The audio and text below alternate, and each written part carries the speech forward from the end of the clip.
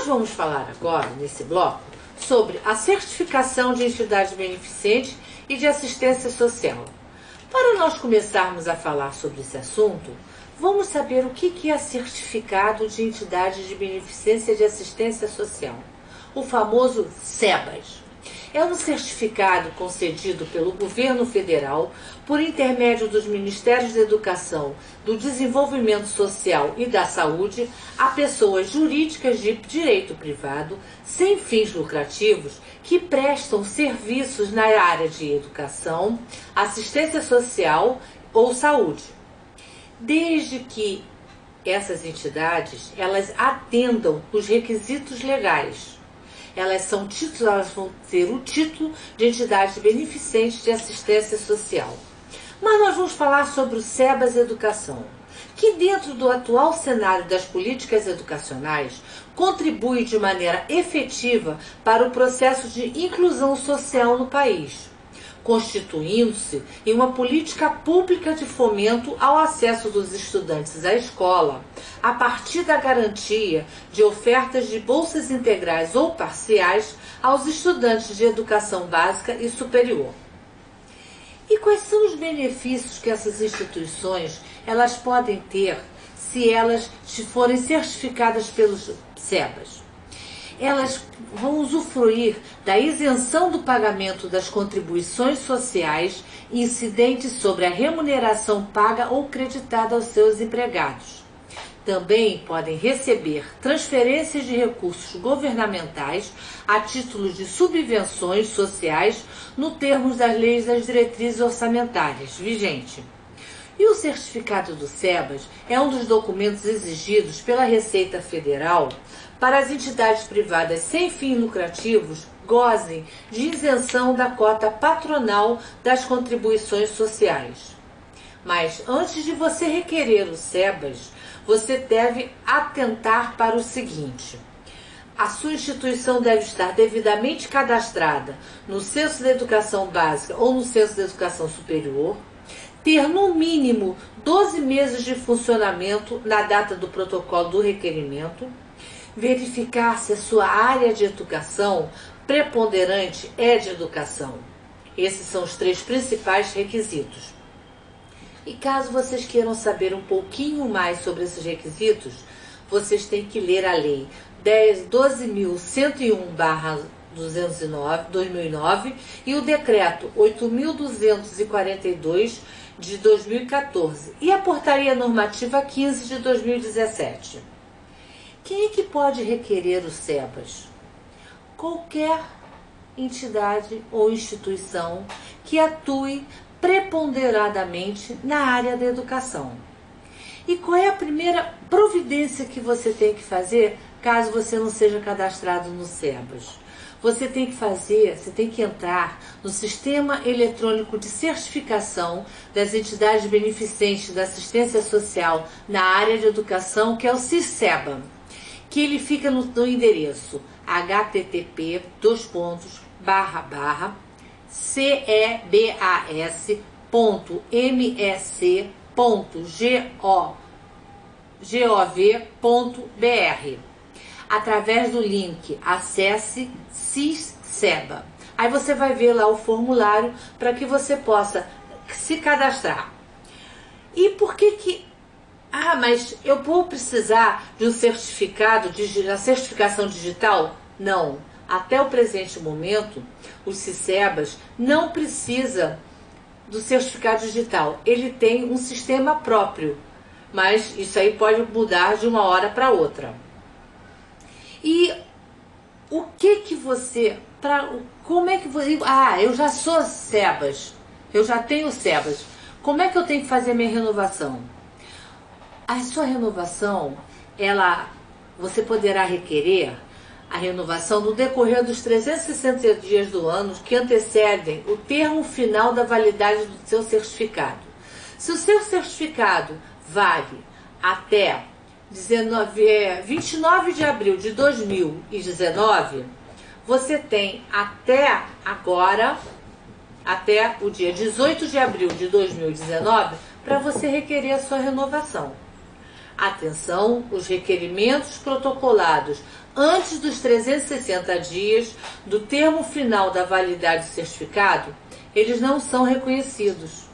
Eles vão ser arquivados.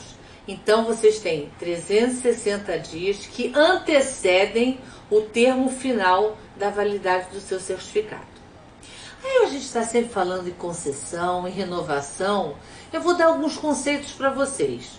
A concessão originária é quando uma entidade apresenta requerimento de certificação pela primeira vez, ou seja, ela não possui certificado anterior ativo e regular. A concessão, ela trata-se como concessão o processo de renovação fora do prazo, isto é, sem observar o período de 360 dias que antecedem o prazo final da validade do certificado anterior. Isso que eu estou falando está previsto no artigo 7º do decreto número 8.242 de 2014. E esse termo aplica-se aos requerimentos protocolados a partir da Lei 10.101 de 2009, com suas alterações. Aí vem a renovação tempestiva. É quando uma entidade protocola um requerimento de renovação no decorrer dos 360 dias que antecedem o termo final da validade do certificado anterior. Também está definido na Lei 12.101/2009 e suas alterações e no Decreto 8.242 de 2014. Mas nós temos também a renovação intempestiva, que é quando uma entidade protocola um requerimento de renovação sem observar a validade do certificado anterior. Também, este termo, ele aplica-se a todos os requerimentos protocolados antes da legislação, antes da lei em vigor, que é a 12.101 de 2009. E você tem alguns efeitos das decisões favoráveis e desfavoráveis da certificação do CEPAS. Os efeitos favoráveis em renovação tempestiva é que o deferimento contará a partir do término da validade do certificado anterior. Não há interrupção do gozo dos benefícios previstos na legislação vigente. Isso está embutido no artigo 6º, inciso 1 do Decreto 8.242 de 2014. Mas você tem o efeito da decisão desfavorável em renovação tempestiva. Esses efeitos de indeferimentos, eles contarão a partir da publicação da decisão do DOU, segundo o que determina o artigo 6º, inciso 2 do Decreto 8.242 de 2014. Para os processos protocolados antes da legislação vigente, os débitos tributários serão restritos ao período de 180 dias anteriores à decisão final, afastada a multa mora, conforme institui o artigo 53 do Decreto 8.242/2014. E você tem os efeitos da decisão favorável ou desfavorável em concessão originária. O efeito da decisão contará a partir da data da publicação do Diário Oficial da União. Você ainda tem o efeito da decisão favorável em renovação intempestiva. Para os processos protocolados antes da Lei 10.101 de 2014, o efeito da decisão contará a partir da publicação do Diário Oficial. E ainda, o artigo 54 do decreto determina que, para os processos protocolados antes da Lei 12.101/2009, os débitos tributários serão restritos ao período de 180 dias anteriores à decisão afastada à multa de mora.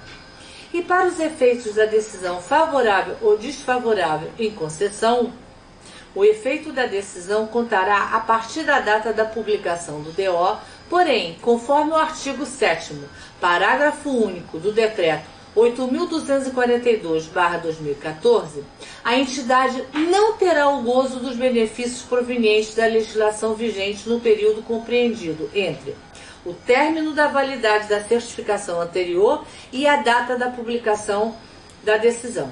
Então, vocês podem ver que nós temos vários tipos de efeitos e de decisões favoráveis e desfavoráveis na certificação do SEBA.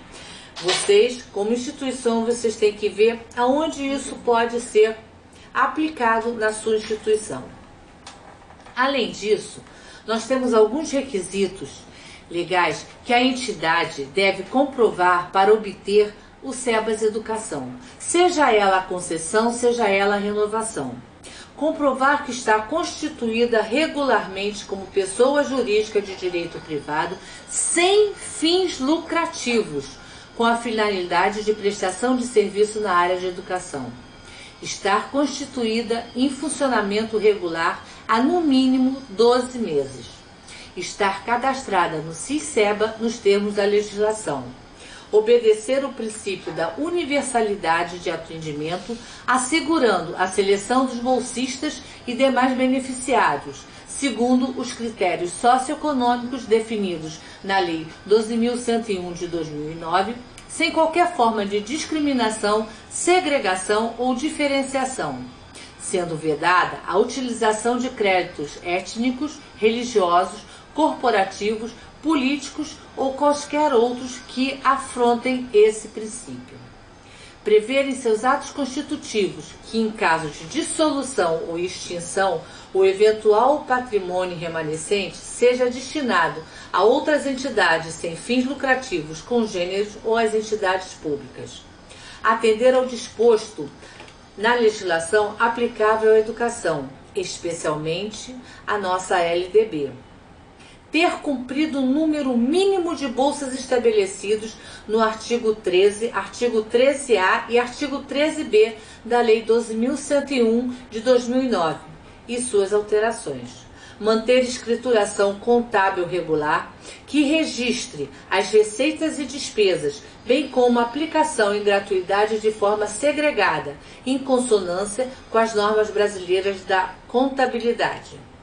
Então, vocês têm que prestar muita atenção ao que vocês, quando vocês pedirem, principalmente, tem outros itens na Lei 12.101/2009, mas esses são os principais.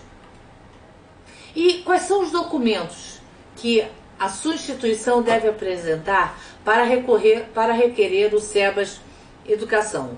O comprovante de inscrição do Cadastro Nacional de Pessoas Jurídicas, a cópia autenticada da ata da eleição dos atuais dirigentes e do instrumento comprobatório da representação legal, a cópia autenticada do ato constitutivo registrado no Cartório de Registro Civil de Pessoa Jurídica, com identificação do cartório em todas as folhas e transcrição dos dados de registro no próprio documento ou em certidão, comprovando que a entidade foi constituída e está em funcionamento há, no mínimo, 12 meses.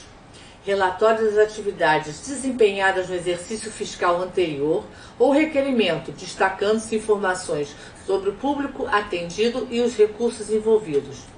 Plano de desenvolvimento para o período pretendido da certificação, informando a concessão de bolsas de estudos integrais e parciais, bem como eventuais programas de apoio aos alunos bolsistas para a garantia da educação em tempo integral para os alunos matriculados na educação básica em escolas públicas. As demonstrações contábeis e financeiras do exercício anterior ou do requerimento, assinado pelo representante legal da entidade e pelo contador, inscrito no Conselho Regional de Contabilidade. Isso compreende a demonstração de resultados do exercício, a demonstração de fluxo de caixa, a demonstração das mutações do patrimônio líquido, o balanço patrimonial e notas explicativas. Então, a sua contabilidade ela tem que estar perfeita. E os documentos da sua instituição de ensino. O ato de autorização de funcionamento ou credenciamento da instituição de ensino regularmente expedido pelo órgão normativo do sistema de ensino, a relação de bolsas de estudos, demais programas de apoio a alunos bolsistas, projetos e atividades para a garantia da educação em tempo integral dos alunos matriculados na educação básica em escolas públicas, com identificação precisa dos seus beneficiários, somente para aqueles requerimentos protocolados a partir de 2011. documentos que comprovem o processo de seleção de bolsistas e análise do perfil socioeconômico, regimento escolar ou estatuto, identificação dos integrantes do corpo dirigente, destacando a experiência acadêmica e administrativa de cada um. Caso a sua entidade também atue na área da assistência social, deve ser apresentado comprovante das inscrições das ações socioassistenciais desenvolvidas pela entidade junto aos conselhos de assistência social do seu município ou do Distrito Federal. Se o requerimento for de renovação, deverá ser apresentado o relatório de atendimento às metas definidas no plano de atendimento relativo aos ônus contemplados pelo certificado anterior. E quais são as condições a serem atendidas para a oferta dessa bolsa de estudos? Você tem que estar, a entidade de educação que atue nas diferentes etapas e modalidades de educação regular e presencial, ela deverá observar o que diz a legislação no que se refere à oferta das bolsas de estudos, demonstrar sua adequação às diretrizes e metas estabelecidas no PNE, atender os padrões mínimos de qualidade aferidos pelos processos de avaliação conduzidos pelo Ministério da Educação e, concomitantemente, a sua instituição poderá optar por uma das formas de ofertas da bolsa. Por exemplo, você pode conceder anualmente bolsa de estudo na proporção de uma bolsa de estudo integral para cada 5 alunos pagantes. Ou então, uma bolsa de estudo integral para 9 alunos pagantes. Ou bolsa de estudos parciais de 50%, quando necessário para alcançar o número mínimo exigido. Ou então, no mínimo, uma bolsa de estudo integral para cada 9 pagantes e bolsas de estudos parciais, quando necessário para o alcance do número exigido. Respeitada a proporção de uma integral, a entidade poderá substituir por projetos e atividades até 25% da quantidade de bolsas de estudos integrais, garantindo a educação em tempo integral para os alunos matriculados na educação básica em escolas públicas, desde que em articulação com as respectivas instituições públicas de ensino, na forma definida pelo Ministério da Educação. Então, você tem vários exemplos sobre isso. Agora, as instituições podem optar, dentro das diversas opções apresentadas que eu falei agora, aquela que mais seja adequada à sua realidade. A bolsa de estudo integral, 100%, oferecida aos estudantes com deficiência, equivalerá a 1/2 do valor da bolsa. A bolsa de estudo integral 100% oferecida ao aluno matriculado na educação básica e em educação integral, com carga horária igual ou superior a 7 horas, equivalerá a 1/4 do décimo, a 1/4 da bolsa. No entanto, é importante ressaltar as equivalências mencionadas não serão acumulativas para o mesmo estudante. A instituição de educação que presta serviço integralmente gratuito deverá atender no mínimo um aluno cuja renda familiar mensal per capita não exceda ao valor de um salário mínimo e meio para 5 alunos matriculados. Então, esses são alguns exemplos que nós estamos dando sobre essa parte toda do SEBA.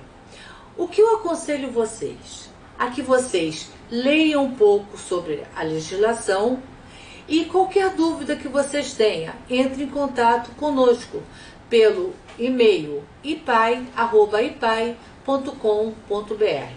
Esperamos que nós tenhamos ajudado vocês de alguma maneira ou então que vocês tenham mais dúvidas a respeito do SEBAS e nos procurem, pois nós estamos à inteira disposição para ajudar a vocês no que for preciso. Até uma próxima. Muito obrigada.